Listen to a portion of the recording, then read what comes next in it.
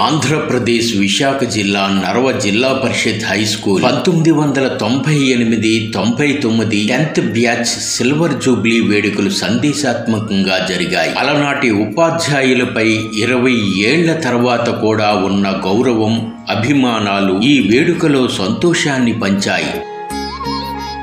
గోపాలపట్నం సమీప కొత్తపాలెం ధనుష్ ఫంక్షన్ హాల్లో జరిగిన వేడుకకు రిటైర్డ్ మండల విద్యాశాఖాధికారి ఇసంపల్లి శేషారావు మాస్టారు, ఉపాధ్యాయులు జగన్నాథరావు, కామేశ్వరి, శాంతి, సత్యనారాయణ, ఎంఎస్ఎస్ రాజు, రమణమూర్తి, కంపర చెనకోటేశ్వరరావు, గోవిందరావు, చలపతిరావు మాస్టార్లకు అపూర్వ స్వాగతం లభించింది. అనేక రంగాల్లో స్థిరపడ్డ విద్యార్థులను, వారి పిల్లలను చూసి ఉపాధ్యాయులు ఎంతో ఆనందించారు, ఆశీస్సులు అందజేశారు. తల్లిదండ్రులు పిల్లలకు విలువలు నేర్పాలని ఆకాంక్షించారు.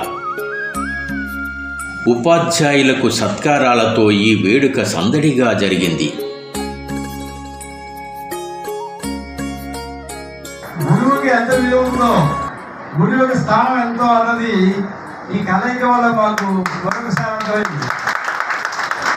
ఎందుకంటే ఇంతమంది పిల్లలు మమ్మల్ని గుర్తుపెట్టుకొని మా దగ్గర చదువుకున్న అభిమానంతో మమ్మల్ని ఇక్కడ తీసుకొచ్చి సన్మానించడం చాలా విశేషమైన విషయం.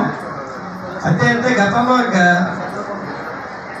మేము పద్య సంతకాలను కూడా కొంచెం కర్కశంగానే ప్రవర్తించాలని చెప్పాలి. ఒక మాట చెప్పాలంటే ఇచ్చేంటే నేను కానీ, సత్యనారాయణ గారు కానీ, జగన్నాథరావు గారు కానీ ఎవరిని విడిచిపెట్టలేదు, ఎవరిని చెందగొట్టాం. చాలా అయితే కొంచెం ఇబ్బంది కలుగుంటుంది. కానీ మా ఆవేశం ఏంటంటే ఏదో రకంగా మా పిల్లలు బాగుపడాలనే భావం తప్పితే మరో ఉద్దేశం కాదు. ఇందులో చాలా మంది నాకు ఆనందం ఏంటంటే చాలా మంది ఉద్యోగాలు చేస్తున్నారు, గవర్నమెంట్ ఉద్యోగాలు చేస్తున్నారు, ప్రైవేట్ ఉద్యోగాలు చేస్తున్నారు. ఏం చేస్తున్నా మీరు బాగుపడాలనే ఉద్దేశం తప్పితే మరో ఉద్దేశం కాదు. నేను కానీ సత్యనారాయణ గారు కానీ మా జగన్నాథరావు గారు ఆవేదన పడేవాళ్ళు. ఎందుకోసం అంటే పిల్లలు తెలియంత సమయం అది. ఆడపిల్లలు బాగానే ఉండేవారు, మగపిల్లలు మాత్రం అకౌంట్ ప్రయత్నం చేస్తూ స్కూల్ నుంచి ఎంత వల్ల పాల్గొనడం.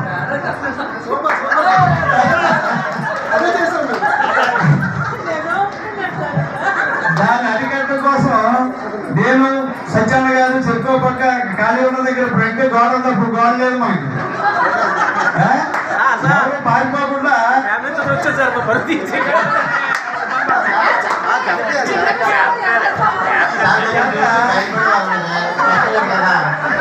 మా మాస్టర్ కనబట్టుకొని పారిపోకుండా కాపలు పెట్టేవాడు.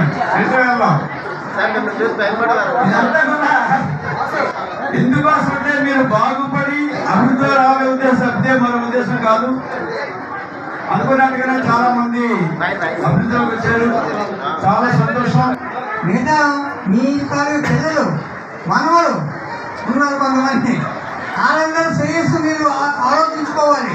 భవిష్యత్తు అలాగే మన భవిష్యత్తు అయిపోయింది, వాళ్ళని తీసుకున్నానే మన భవిష్యత్తు.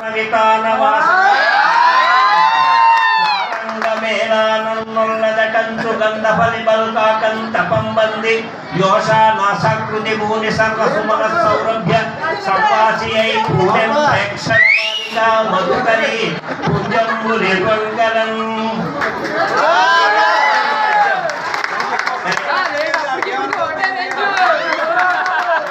అర్థం కాకుండా ఉంటేనే మంచిది. ఇంట్లో ఉన్నవాళ్ళు ఒక్కొక్క గదిలో కలపడం కంటే ఒక గుడిసెలో 10 మంది ఉంటే ఆత్మీయత ఎక్కువ ఉంటుంది. దయచేసి మీరందరూ కూడా ఒక విషయం గుర్తుపెట్టుకోండి, ఎంత సంపాదించేమనుకోకండి, ఎంతమంది చేత మంచి వాళ్ళని పెంచుకున్నారో మీ జీవితానికి అదే విజయపథం.